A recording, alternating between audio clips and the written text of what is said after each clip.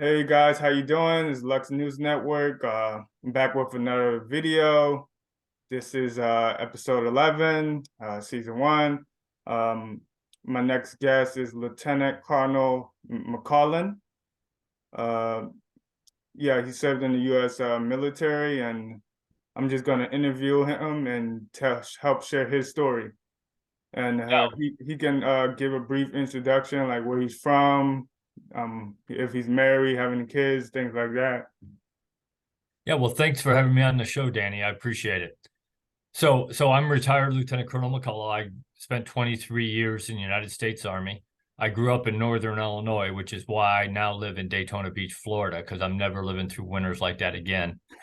And uh, and I'm married. I met my wife while in ROTC at Northern Illinois University. She was also in the Army. She was an Army nurse for 8 years. And we have two kids. My son's 34, my daughter's 33. I've got three grandkids. My daughter has a 9-year-old granddaughter and a 5-year-old son. And then my son has our 2-year-old grandson. And and my wife and I have been married for 36 years. Wow. Yeah, I did ROTC too in high school. It was great service. I learned a lot in there, and yeah, I'm an LPN. I'll soon be going for my RN. Okay, good for you. Yeah, I enjoy I, doing I'll that tell you, I too. got a lot of respect for nurses. I know I couldn't do it. Yeah, yeah, it's a lot. Why did you want to join the military? Yeah, so I grew up in a small little farm town of 1,200 people, and my father never finished the 8th grade. My mother never finished the 10th grade, and and so I had the opportunities that I had to go to West Point to become an officer in the Army to do all those kinds of things. And I always told people, and my father-in-law never understood why I do what I did, what I did. He said he always used to tell me, with your drive and your ambition and your self-discipline, you could do anything you want and make a lot of money in the business world. And I said, yeah, well, that's good, but that's not what I want to do.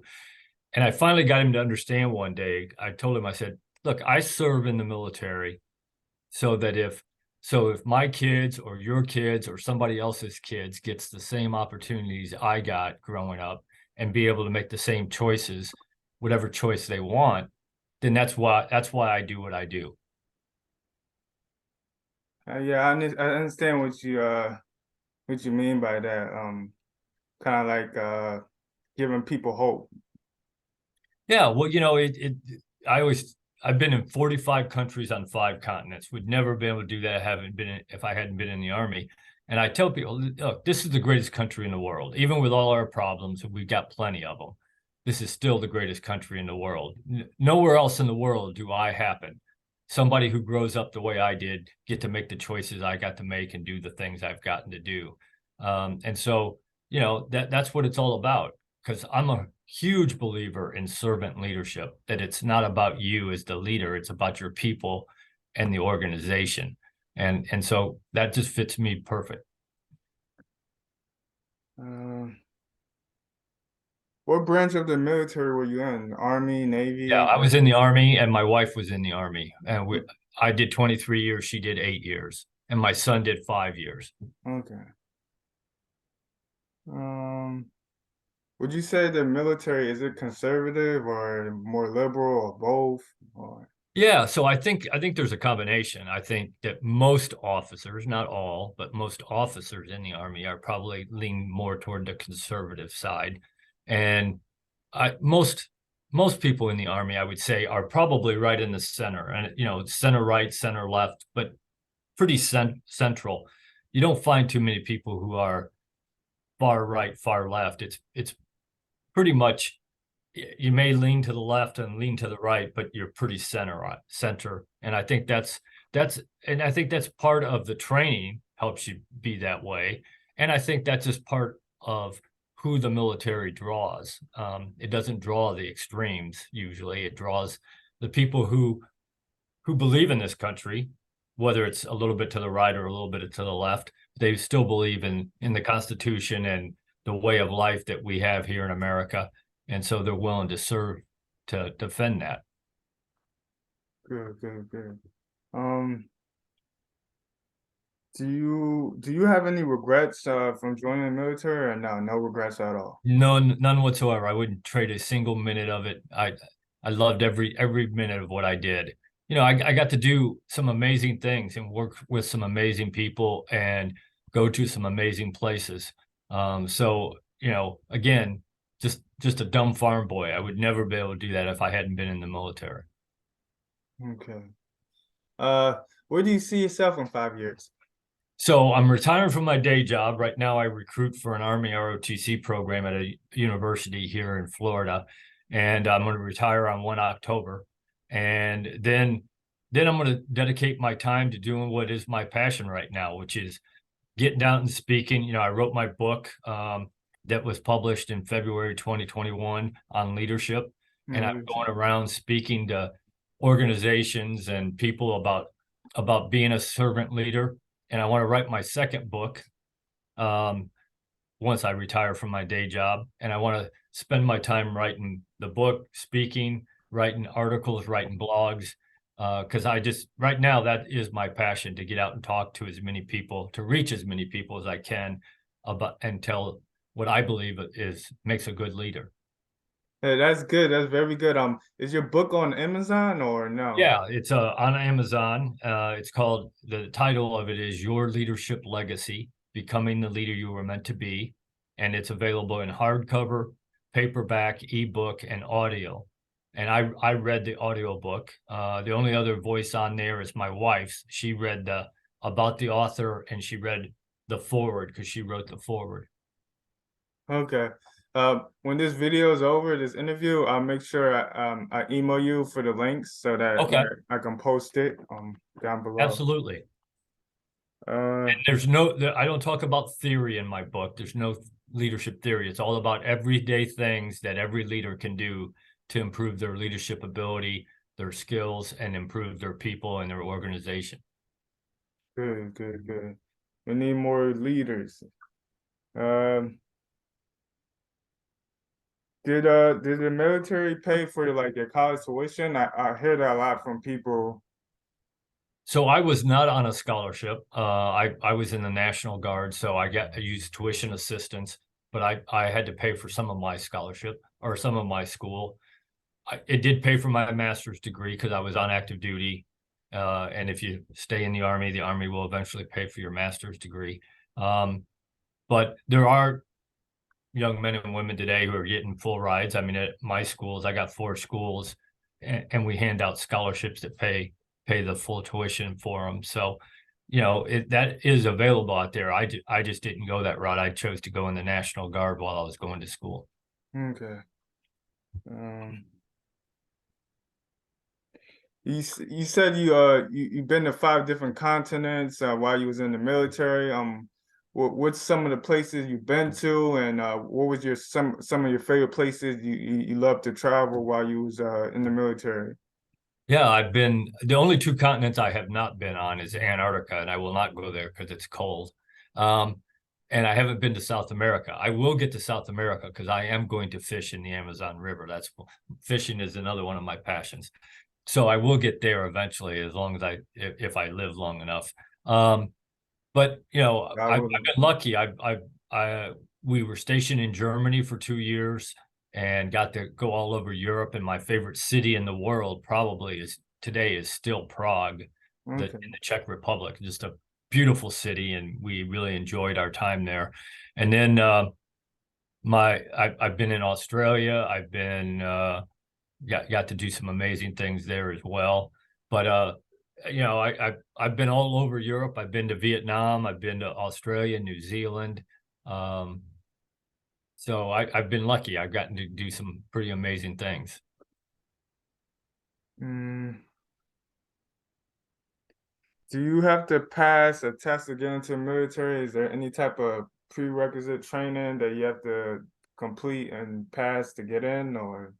Right. So to be an officer, you have to have a 4-year degree, and you have to pass the medical examination, and you got to pass a PT test, physical training test, and all that kind of stuff. To be an enlisted soldier, to enlist in the Army, You have to have a high school diploma, and then once you're there, then you have to pass the physical and medical pieces of it. What if somebody watching this has a GED? What do they have to You can do? do that with you can go with a GED. You have to be a high school graduate or equivalent. Okay. Um, how did your family feel about you joining the military? How did your mom or dad or siblings or cousins? Yeah, they weren't happy when I did that. But you know, they eventually came around. And they saw that that was probably the right choice for me, and that it worked out. And I got again, I got to do things and be places that I never would have been able to if I hadn't gone that route. Um, I think they probably wanted me to go to college and be in the business world somewhere, and that just wasn't me. Even when I retired from the Army back in 2009, I had a bunch of businesses and companies that were trying to get me to come work as their, as a vice president or whatever. I had no interest in the business world. I ran a food bank for 2 years because it was all about service to me, and it still is. And then when got done doing that, now I'm a Department of the Army civilian, still serving. And when I retire from this, I look at it that I'm still serving by going around and talking about leadership to people that need to hear about it. Um, were you scared at any time while you was in the military or no? Yeah. Well, this is how I tell people. If you're not scared, then you're probably not human. I probably only know 4 people in my life that probably truly were fearless, and all 4 of them are dead. Um, so fear is a good thing. You should have some fear. The training that you do helps you overcome that fear and to where you can still do what you're supposed to do, even though you got a little bit of fear. So certainly there were a couple of situations. I was in a helicopter crash in the first Gulf War, and certainly had some close calls other times in Kosovo and a couple other places I was.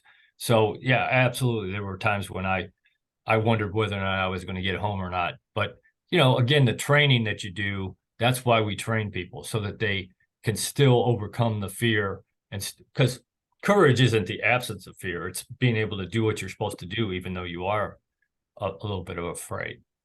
All right. Um,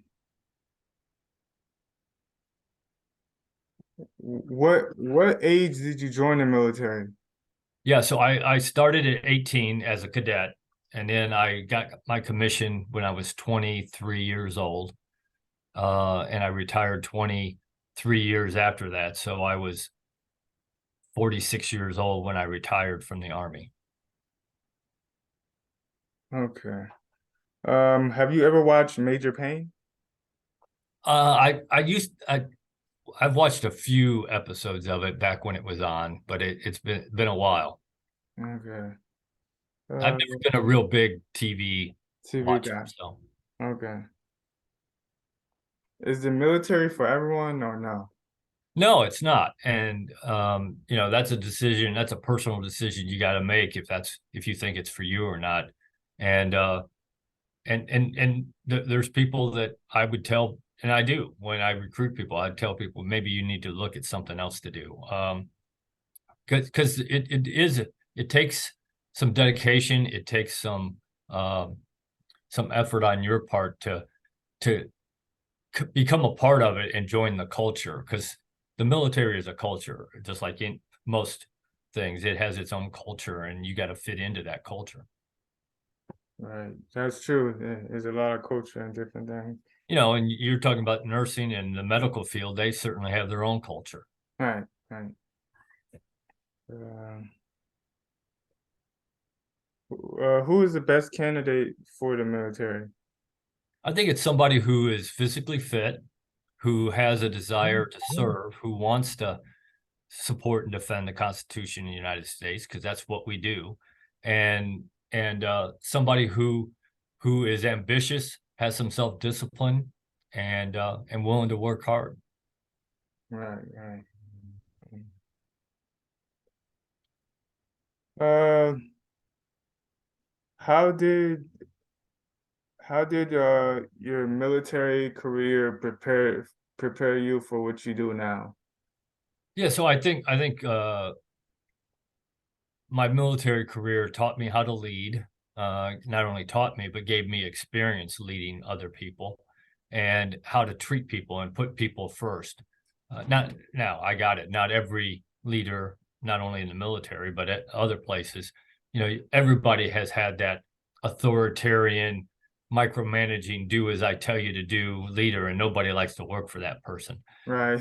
But I think the military, at least throughout my career, I had plenty of servant leaders who understood it wasn't about them, and it was about treating people right and empowering them to be the best people they could be.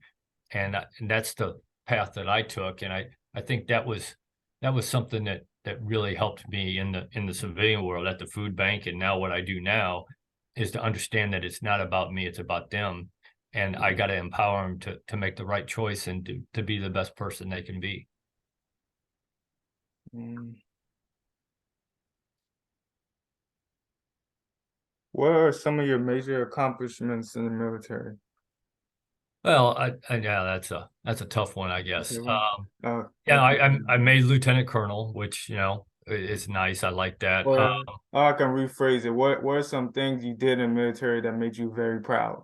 Yeah, oh, that's easy. I always tell people the thing I am most proud of is the two hurricane disaster relief operations I was a part of. I was part of operations after Hurricane Hugo in Charleston, I think in 1987 or 8, and then Hurricane Andrew in South Florida in the early 90s. And for me, I was trained, and I was a combat arms. I was an infantry officer, armor officer. I was trained to fight our nation's wars and win. But very gratifying for me to help Americans here in America that were suffering and in need. That was always my proudest moment in the Army. Mm.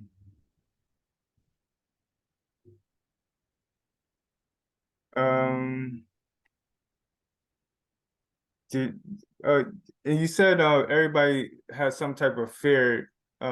So did you have any type of stress while you was in the military? A little bit, none, or Yeah, well, I think especially as an officer, where you got deadlines and you got people you got to take care of, but you still got to get the mission done. Everybody has a little bit of stress.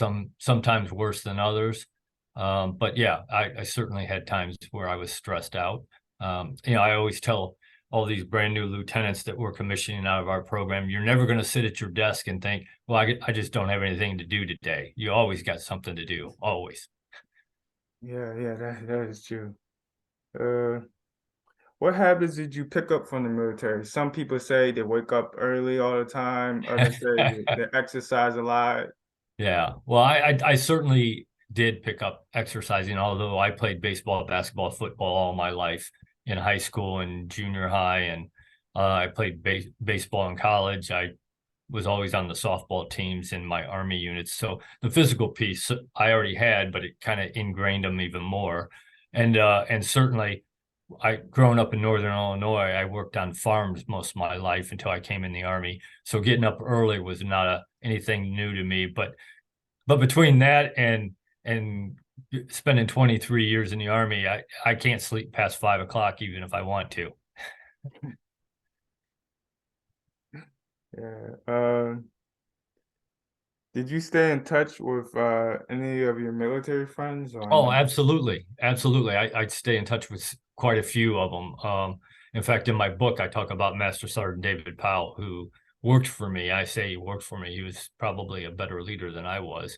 And I still keep in touch with a lot of my mentors who helped me out. I also keep in touch with a couple of my teachers from high school who really had an influence in me growing up. My basketball coach in high school, Coach Terry Nitzwicki, a great human who not only understood that he was trying to develop a basketball team to win, but he was trying to develop young men that were going to be productive members of society and good citizens and good people. and then Mr. Charles Schindler, who was my history teacher in high school, and he's the reason I majored in history in college and got my master's degree in history. Two great men. That's a great answer. Um, what rumors do you hear about the military prior to joining the military? Like when people about to join, like what type of stereotypes do they have about the military? I think one of the main ones we kind of touched on earlier is that everybody in there it's all strict discipline and you can't make any decisions on your own. And that is not the case. At least it wasn't throughout my career. I had plenty of opportunities to exercise my own judgment and make my own decisions. And I think that's probably one of the main misconceptions about the military. Mm. And you talk about once you finish your day job, you're gonna retire, travel more, and lead more and do more public speaking. So I guess that's more like you wish to do later and on in your career, correct? So I've been speaking for about 30 years publicly, but I just never got paid for it till I wrote my book. And the money isn't the important thing to me. I mean, I want to get out and talk. That really is my passion. And I do want to write my second book. So my first book was on leadership. My second book is going to be on another presentation I give, which is Secrets to Success. And I talk about how to set a goal, how to reach goals, how to develop self-discipline, good habits, how to communicate better, getting results, because in the real world, results do matter. In the fantasy land where everybody's a winner and everybody gets a trophy, maybe not. But in the real world, results do matter. And I walk through how to do some of those things. Yeah, that is true. A lot of people are delusional today. Yeah. Um, uh, uh, what made you no? Um, um,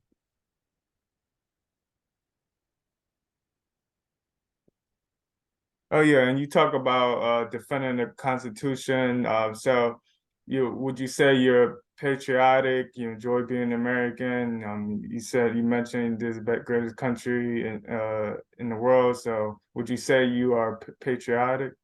Yeah, I think I'm patriotic. I do believe in the Constitution. I think it was probably one of the most amazing things that was ever written. I mean, I always tell people all the time, it's amazing how smart the founding fathers were. I mean, what they wrote 270 something years ago, if we follow it, it's still a good blueprint for what we do today.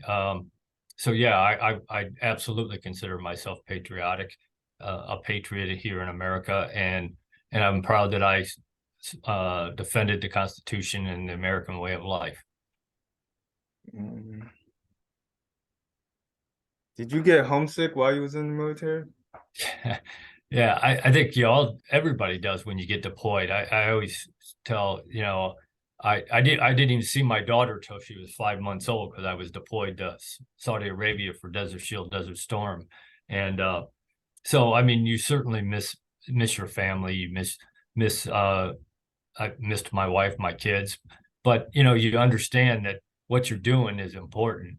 And I was lucky. I had a wife that understood that, having served. She understood what was going on and supported me 100% and did a great job raising my kids when I wasn't around. Right. What are some physical fitness tests that people do in the military, like run a mile, do So 7 push-ups? so the Army physical fitness test has changed. It was 2 minutes of push-ups, 2 minutes of sit-ups, and a 2 mile run. Now there's 6 events, and there's a 2 mile run still. There's still push-ups. You got to do a plank for 2 minutes instead of sit-ups. You got to do a deadlift, and you have to. It's called. You got to do a shuttle run. I think it's a 30-yard shuttle run. And then you also have to do what they call a drag run where you're dragging a certain amount of weight on a sled, and you got to drag it a certain distance. Oh wow. So you gotta take a sled and run with it for a certain amount of Yeah, distance. it's got a rope attached to it, and you got to pull it along behind you as you run. Wow. Now I guess that's for strength conditioning and your speed. Uh, yeah, Yeah, that's I always tell people being a soldier is an outdoor sport. You got to be in shape. yep. That is true. That is true. Uh, well, what would you say is the difference between the Army and National Guard for people that don't know? So, I mean, the mission is the same, and a lot of the things they do is the same. The big difference is the reserves and the National Guard. You have a civilian job, and then 1 weekend every month and 2 weeks in the summer, you put your uniform on and do Army stuff. The rest of the time, you do your civilian job, whatever that is, being a nurse, a teacher, a doctor, a policeman, a fireman, whatever. And then in the Army on active duty, of course, the Army is your job. Every day you put your uniform on and you go work in the Army until you decide to do something else. Right, right. Uh, each was maintained, was trained. Uh, what weaknesses did you have prior to joining the Army, and did you improve on those weaknesses when you left the Army or no? Yeah, I think probably my biggest weakness going in was my listening skills. I wasn't a very good listener, as most of us here in America aren't. We generally listen just enough to figure out what we want to say next instead of actually trying to figure out what that person's saying. And I had a couple bosses who kind of taught me the importance of being a good listener, and and it certainly has paid off for me throughout the years, and certainly is still paying off for me today. Right. And what are some strengths you brought in coming to the military, and did you continue to improve on them strengths when you left? Yeah, I think that probably the biggest strength for me, having been an athlete all my life, was the physical piece of it. But I certainly got in better shape when I was in the Army, and it's carried on. I mean, I still wear the same uniform that I got married in 36 years ago. So, um, I've stayed in pretty good shape over the years. Not bad for a 60-year-old man. Yeah, that's true. Some people, after a while, they can't fit into old clothing. So yeah, that's pretty good. Uh, mm, So, now you mentioned you have children and grandchildren. Do you spend more time with family now that you're out of service and you're about to retire from your day job? I certainly try to. We try to always go. We try to not go more than 2 months without seeing our grandchildren and my daughter, who lives in Mobile, Alabama. So they live about 8 hours away, and so we try, either they come here or we go there. And we try. We've been lucky the last couple summers. Our 9-year-old granddaughter and our 5-year-old grandson has come and spent a whole month with us each summer. So that's great. And my son lives just 2 hours away, right across the state of Florida. And we try to get over there and see them and our 2-year-old grandson as often as we can. I always tell people the only thing that's better than being a father is being a grandfather. Looking forward to that in the future, near future for myself. Uh, what was the next question? Hmm. Looks like we ran through all the questions. Do you have any questions for me? So what made you decide to become a nurse? I would say I enjoy helping people. I worked in a group home, so the work was kind of similar. Like passing medication, checking vital signs, things like that. I always been good at math and science, and Yeah, watching my mom after the economy crash, she was like she was she did psych. She majored in psych and worked as a psychologist. But then she went back to school, did nursing, and she loved it. And yeah, she told me just to try it out. So I tried it out, and I like it. I enjoy it. It was a lot of work to get there, but Oh, absolutely. I yeah, watched what my wife went through, and again, I couldn't do it. yeah, And she comes from a nursing family, so her mom is a nurse, her sister's a nurse, she's a nurse. So, so a lot of nurses in my area, they're all trying to do mean things to me. yeah. But I say it's pretty rewarding, and you learn a lot of life skills, and I stay in touch with some people I went to nursing school with, so I enjoy doing that. Yeah, I enjoy helping people. Yeah. Yeah, well, good. So, what is your hobby when you're not working? No, I'm not working. I enjoy like being creative, like doing podcasts. I always enjoy doing that. Sharing people's stories. I enjoy reading books. Because it helps expand my mind and my brain. So the more I do that, I learn about different things. I enjoy learning about different cultures. Like 7 different continents, so many different people. Like different languages, different cultures, different ethnic groups. I enjoy learning about other people. So yeah, the world is just is a beautiful place, and a lot of different people and a lot of different history, and yeah, I just want to learn as much as I can. Yeah, absolutely. And that's one of the great things about this technology. Technology certainly has a double-edged sword. There's some bad things about it, but one of the great things about it is, we would never have gotten to have this conversation if it hadn't been for this.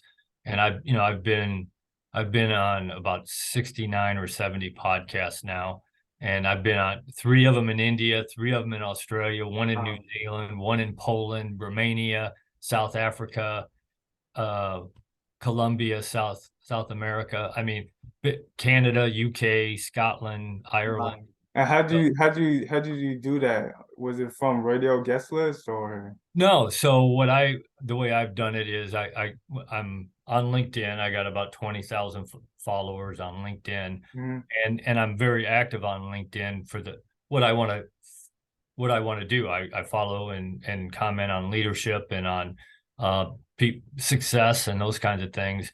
And I eventually run into somebody that I connect with who has a podcast, and I just say, I've been a guest on podcasts. I'm a public speaker. I wouldn't mind being a guest on your podcast if you think it's a good fit. Some of them tell me no, it's not a good fit, but some do. So Yeah, same with me. I asked a bunch of people. Some people say no, not good fit. Other people say yes. So yeah, just don't keep trying. Just keep going, keep trying.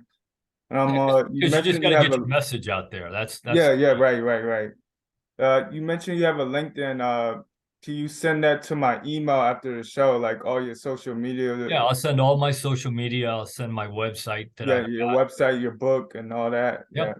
all that good stuff. So that way, people can check you out, and reach out to you if they're interested. And Yeah, absolutely. My yeah, website has my email address, has my cell phone number. If you're interested in talking about leadership, I'm happy to talk to anybody. right, right, right. Well, I really enjoyed this interview. It was another great interview. It was nice meeting you and learning about your life and what you've done. And thank you for your service. Yeah, Well, thanks for having me on the show, Danny. I appreciate it and I enjoyed it. And we definitely need to stay in contact. yeah, yeah, yeah. We definitely do. We definitely do need to stay in contact. And later on, I plan on going back and interviewing everybody that I interviewed. So yeah, yeah, Yeah, just got to let me know when. yeah, yeah. I'll let you know when. Yeah.